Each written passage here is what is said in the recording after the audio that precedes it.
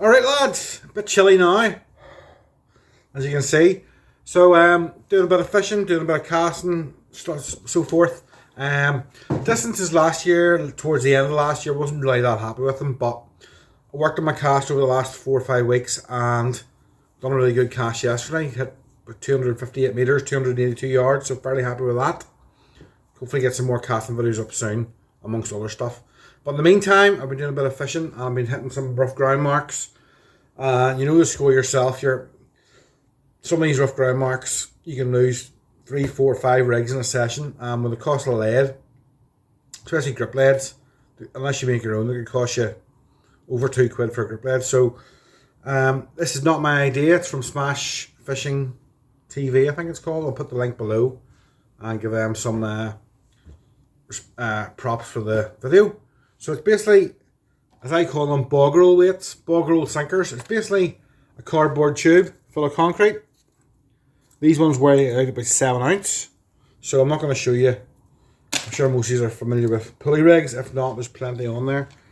So I'm actually doing a rough ground rotten bottom link. So obviously hits the water, releases the hook, and then hopefully as well the weight just comes off. This is just a breakaway imp with a hook attached, and I've put a lead link on upside down and some thinner line. My main line would usually use for rough ground be 40 or 50 pound line depending where I'm going. So this is 25 pound line and it just hooks onto the clip there like so. And 9 times out of 10, if you get snagged, you just lose this. Now the cost of this, 5p. This is what it works out at. So all you need is some tube. In this case, this is actually roller blind tubing, so it's a bit slightly narrower than a toilet roll tube. These work out about just under 4 centimeters external diameter, and the length I cut them to is 10 centimeters. So this will work out 7 ounce dry, but bear in mind when you cast it and they get wet, it'll soak up some cardboard. They might come out a bit heavier, maybe 7.5, 8 ounce. So the reason I'm making them a bit heavier, now obviously you can make them to whatever length you want, but the reason I'm making them a wee bit heavier is so I don't, I could, if I wanted to make a grip lead out of them, just drilling holes, put some wires in, hold them in place with like a strong elastic band. But I find they work fine without grips, especially if it's not windy, if it's not too windy and the wind's not blowing your line. These will settle somewhere against a rock or something, and I mean, depending on the ground, you will pull them out. If not, you lose it. You get the whole rig back, shock leader, 9 times out of 10. Just put a new one on. 5p lads, 5p. So all you need is some tubing. As I said before, the tubing I'm using is just under 4 centimeters diameter, and I'm cutting them with 10 centimeter lengths. What you also need is some smooth mortar. I actually have bought some post cement, but there's big stones in it. So you're looking for stuff like this, which is really nice and very smooth. Come on.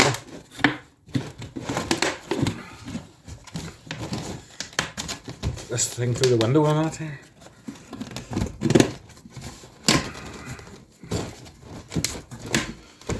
I give up.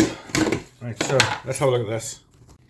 So you can see it's just a fine powder, which is basically what we need. Okay. One other thing you'll need is some wires. These are just DCA lead loops, long tail ones. We'll loop at the top, and what I've done is got a pair of pliers, put a U-bend in the one end of it, so when it's in the concrete, it's something to grip onto. So I wouldn't just put it straight down a wire, you can put it out very easy. And I must stress as well, now obviously this isn't going to cast that far, but this is for the rough ground deep water marks. You're casting 40, 50, 60 yards max. I would not do a full pendulum with this, even though it feels very secure. It could probably be fine, but just for lobbing out, you know. So first things first, let's cut this to the right length. So I'll just do a few of these quickly. So I had posted some of these on Facebook, and people called me a tight B. Someone even called me a tight C. But I mean, why lose a tenner's worth of leads in one session? Even more, you know. If it's mixed ground, I'll just use normal weights. But for the real rough stuff, these are the tickets. So Let's get ourselves a nice saw. Cut a few up. I just put dots on them. Dots on the tube. Every 10 centimeters. Toilet roll. Well, depending on what weight you want. I would say, I'm going to guess here, if you're using a toilet roll which is a bit thicker, maybe 7 to 8 centimeters long, will be about 7 ounce.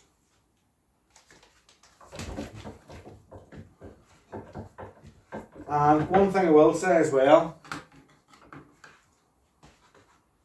see when you're cutting these, you want to make sure you're right perpendicular to it. If you have a bit of an angle on them, when you have them upright to set, it'll be sitting at an angle. So do your best to make sure you're 90 degrees to the tube as best you can.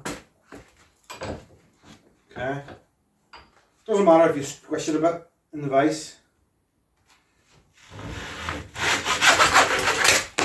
Quick as that.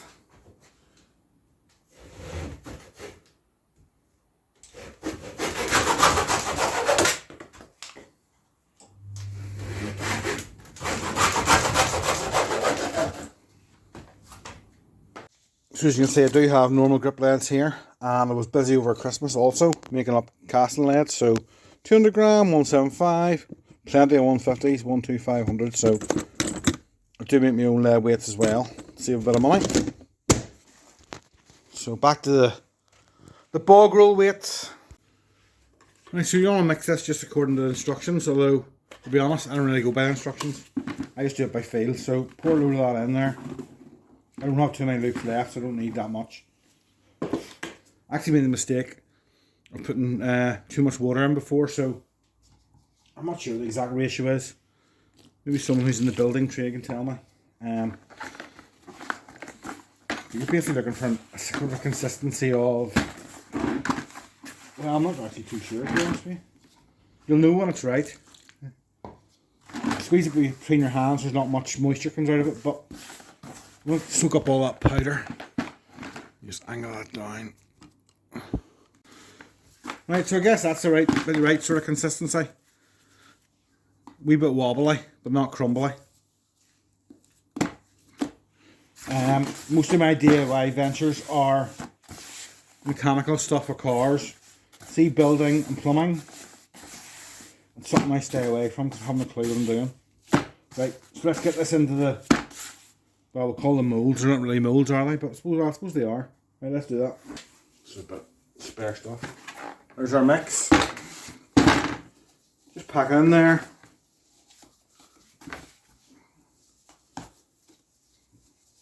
Just pack it in tight. Shouldn't fall out the bottom much. Just put your hand on the bottom. And once you have it packed in tight, get our loop.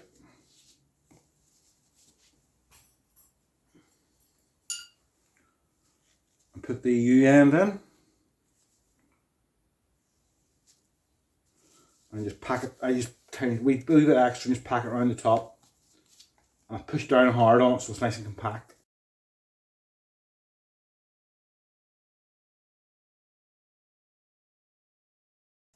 And whenever you do, leave these for at least a day, maybe 36 hours. Don't be pulling that to see if they're ready or else they will move. So that's one done. Guys, there's another dozen done in about 10 minutes, not even in total.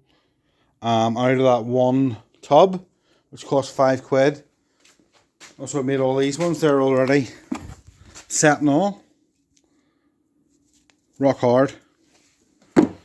So whatever's in there, plus I've some in the bottom of the box as well. Maybe 5, 6, 7, 8. So I maybe made 50 or 60 out of a fiver. Plus there's a few in the sea somewhere. So guys, the rough ground guys, fishing for conger and the huss, which is what I seem to always do now, even though I hardly ever get any. Could be the answer at these tough times, you know, things are hard, but no substitute for real leads when you're fishing beaches and stuff. You need distance, but it's a good alternative. I know lots of people use big heavy boats and stuff, but even they can be quite hard to come by unless you work in a breaker's yard or a mechanic or something. So hope this helps you out. Cheers for Smash TV for the idea. Hope you don't mind me sharing this. So good luck guys, catch us again soon.